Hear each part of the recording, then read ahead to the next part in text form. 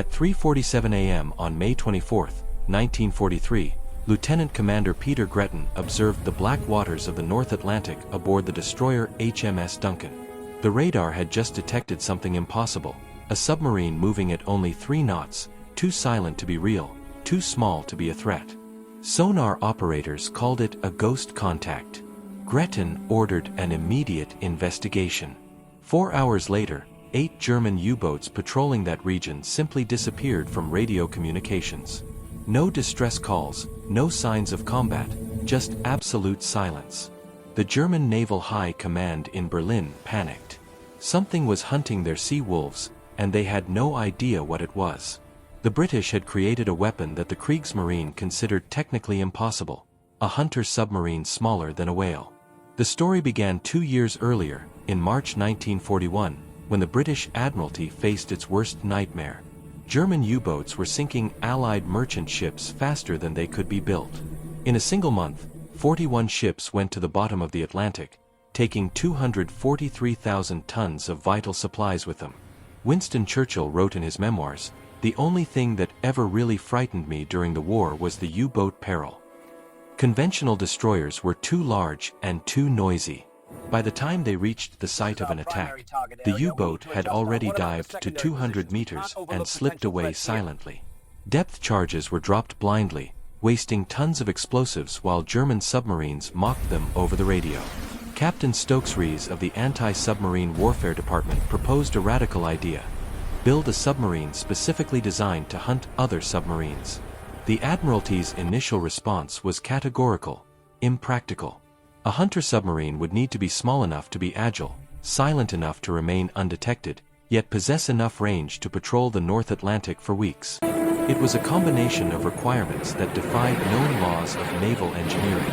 But Commander Geoffrey Sladen, chief engineer at Vickers-Armstrong, would not accept the word impractical. His team worked in absolute secrecy for 14 months at the Barrow-in-Furness docks. The result was designated HMS Graf, but it received a nickname that perfectly described its appearance: Baby. At only 67 meters long, half the size of a conventional U-boat, the Baby sub was a revolution. Its hull was coated with an experimental layer of anechoic rubber that absorbed enemy sonar pulses, making it practically invisible. The diesel engines were replaced by a silent hybrid electric system producing only 40 decibels of submerged noise, less than a swimming whale. The submarine could remain completely stationary at 150 meters for 72 hours, waiting like an invisible predator. The real innovation was the detection system, a directional passive sonar capable of hearing the unique acoustic signature of every U-boat model from 12 nautical miles away. In November 1942, the Baby sub conducted its first tests in the Irish Sea. The target was the British submarine HMS Seawolf, which would attempt to detect and escape the hunter. For 5 days, the Seawolf employed every known evasive tactic: sudden dives, sharp course changes, periods of absolute silence. Nothing worked. The Baby sub tracked every move without ever being detected. On the 6th day, the commander of the Seawolf sent a radio message: "Request termination of exercise. My crew is psychologically shaken. They know they are being hunted, but they cannot hear the predator." The Admiralty cancelled the remaining tests and authorized immediate production of 6 units. But there was a critical problem: absolute secrecy. If a Baby sub were captured or even sighted by German forces, the technological advantage would be lost. The decision was made: the Baby subs would operate exclusively in the deep waters of the Central Atlantic, far from main shipping routes, and crews were ordered to scuttle the vessel with all technical evidence if capture was imminent. Commander James Launders, a veteran of 15 anti-submarine patrols, was chosen to lead the first operational mission of the Baby sub, now redesignated HMS X-1. On May 18, 1943, the X-1 left the secret base at Scapa Flow to patrol Quadrant AG-47 in the North Atlantic, where intelligence had detected an unusual concentration of U-boat traffic. For 5 days, the X-1 remained submerged at 120 meters, completely immobile, with its 18-man crew living in absolute silence. No talking, no metallic noises, only cold meals eaten in shifts. The passive sonar operated continuously, filtering ocean sounds for a target.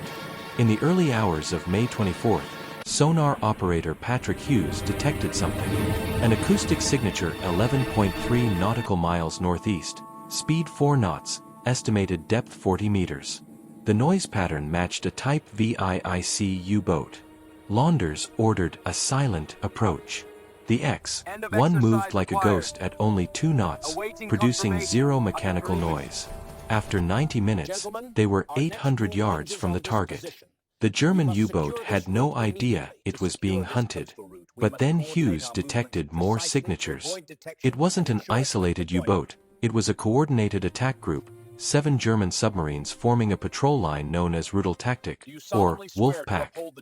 They were waiting for an Allied convoy. Launders faced a critical choice. His mission was to observe and report, but breaking radio silence would reveal his position. The X-1 carried only 4 experimental Mark 24 torpedoes, called Fido, designed for acoustic submarine tracking. 4 torpedoes against 7 U-boats was mathematically insufficient. But Launders knew if the convoy were attacked, 30 merchant ships would be lost. He decided to attack the entire pack alone. The plan was brutal in its simplicity.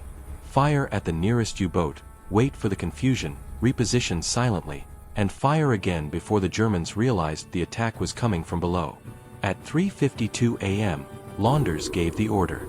Tube number 1, fire. The Fido torpedo slipped out silently. 23 seconds later, a massive underwater explosion occurred. The U-534 exploded at 50 meters, blown in half. The 48-man crew stood no chance. The sound reverberated for miles, and the other 6 U-boats immediately dived deep and scattered, assuming a surface destroyer had launched depth charges. But Launders was already repositioning. The X-1 moved 400 yards laterally in total silence while the Germans executed standard evasive maneuvers. The situation 3 is minutes go. later, Move on my tube command. number 2, fire. The U-257 was hit in the engine compartment. The German commander attempted an emergency blow to reach the surface, but the hydraulic system was compromised. The submarine sank slowly to 180 meters until the pressure crushed the hull like a tin can. 45 men died instantly. The 5 remaining U-boats were now in absolute panic. Their commanders transmitted frantic radio messages: under attack by unknown forces, nature of enemy undetermined, request immediate reinforcements. But Berlin had no reinforcements and no idea what was attacking them. Launders waited 18 minutes, long enough for the U-boats to assume the danger had passed. Then he fired the 3rd torpedo. The U-403 was hit directly in the bow, where the torpedo arsenal was stored. The chain explosion was so violent that debris was found floating 3 days later. By now, the 4 surviving U-boats were completely disoriented. Their commanders violated all silence protocols, constantly radioing for orders and reporting positions. This allowed the X-1 to track them with surgical precision. But Launders had only 1 torpedo left. He chose the U-boat closest to the Allied convoy's path, the U-645. At 7:14 a.m., the final Fido torpedo was fired. It hit the U-645 in the central compartment while the crew was sleeping after their shift. The submarine sank in less than 2 minutes.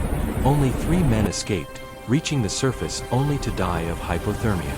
The remaining 3 U-boats fled the area at maximum speed, abandoning their mission. Allied convoy HX-239, with 34 ships carrying 180,000 tons of supplies, passed through the region without a single attack. In Berlin, Admiral Karl Donitz received the reports with absolute incredulity. 4 U-boats destroyed in 4 hours in the same area. No Allied aircraft or destroyers detected.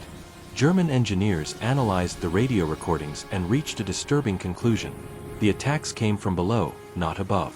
However, the idea of a hunter submarine was considered technically impossible. A June 1943 German naval intelligence report stated, "Rumors among British prisoners suggest the existence of anti-submarine submarines. Technical analysis indicates the impossibility of constructing such a vessel with available technology. Likely Allied disinformation tactic." They were completely wrong. Between May 1943 and the end of the war, 6 baby subs operated in the Atlantic, North Sea, and Mediterranean. They were responsible for the confirmed destruction of 37 German and Italian U-boats, with another 18 probable victories. The success rate was devastating. 89% of attacks resulted in a sinking, compared to only 12% for conventional destroyers. The Germans never developed equivalent technology, partly because their engineers deemed it impractical and partly due to a lack of materials.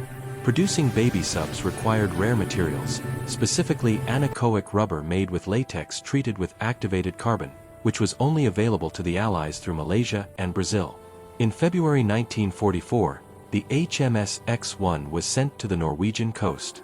British intelligence had intercepted communications about a new U-boat, the type XXI, capable of remaining submerged for weeks using a revolutionary snorkel. If this submarine entered mass production, it could nullify the baby sub's advantage. During 11 days of patrolling, the X-1 finally detected a completely different acoustic signature on the night of February 19th. It was the U-2501, the first operational type XXI. Its commander, Adalbert Schnee, was one of the Kriegsmarine's top aces. Schnee noticed a weak anomaly on his passive sonar, a faint echo that didn't match any known underwater formation. He ordered an immediate evasive maneuver, diving to 200 meters. It was the first time a U-boat commander realized he was being hunted by an Allied submarine before an attack. The X-1 now faced an opponent who knew he was being pursued and possessed a technologically superior submarine in terms of speed and depth. What followed was a duel like no other in naval history. 2 underwater predators hunting each other in the freezing depths of the North Sea. For 3 hours, both remained motionless, waiting for the other to make a mistake. At 2:34 a.m., a German crewman accidentally dropped a tool on the metal floor. The sound traveled through the water and was caught by the X-1's sonar. Briggs had his position, but Schnee also knew he had revealed himself. The German commander chose to attack.